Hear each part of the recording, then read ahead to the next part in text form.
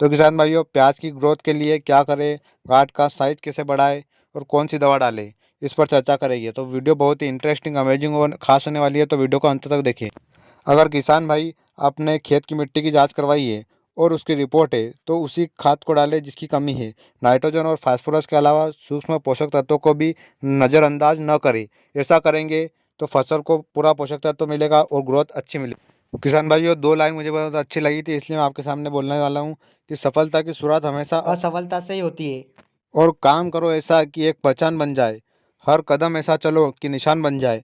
यहाँ जिंदगी तो हर कोई काट लेता है, जिंदगी जियो इस कदर की मिसाल बन जाए। प्याज की खेती करने वाले किसान पैदावार में वृद्धि करने के लिए क्या कुछ नहीं करते किसान भाइयों, फिर भी किसान भाइयों को उचित पैदावार नहीं मिल पाता है।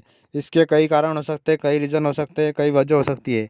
जिसमें से एक और मेन वजह बताता हूँ मैं आपको किसान भाइयों, कि प्याज के कंद का आकार में कमी। और कंद का आकार जितना बड़ा होगा उतना ही किसानों को फ़ायदा और बेनिफिट होगा। और प्याज के कंद के यानी गांठ को आकार बढ़ाने के लिए, वृद्धि करने के लिए पौधों का हरा भरा एवं स्वस्थ होना भी जरूरी है। इसके साथ ही पौधों में पोषक तत्वों की कमी होने से भी कंदों के आकार पर विपरीत असर होता है।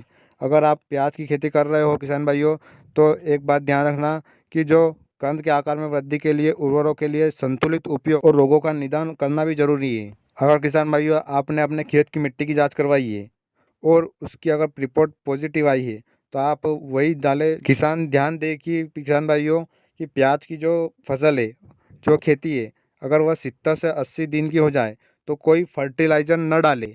अगर आप इतने वक्त बाद खाद डालते हैं तो उसको प्रोसेसिंग और जो प्रोसेस करने में, उसको जो वर्क करने में टाइम लगेगा, और जो पौधों को पहुंचने में जो ज़्यादा लेट हो जाते हैं अपन, तो इसलिए आपको मेडिसिन को पानी में घोलकर उसको सिंचाई करना ज़रूरी हो जाता है।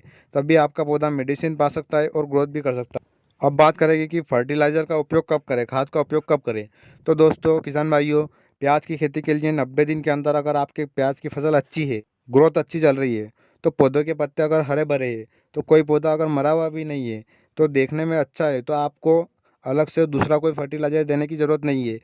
फिर सिर्फ एक ही फर्टिलाइज़र दीजिए और आपका जो प्याज का जो कंद है, जो गांठ है, जो साइज है, वो ग्रोथ भी अच्छा होगा। अगर ऐसा नहीं है तो आप कृषि वैज्ञानिक से भी सलाह ले सकते हैं, कोई स्प्रे के बारे में भी। तो अब बात करेंगे कि प्याज की ग्रोथ कैसे बढ़ाएं किसान भाइयों। तो किसान भाइयों, पैदावार में वृद्धि के लिए बुआई के करीब 30 दिनों बाद आप खड़ी फसल में यूरिया का छिड़काव करें।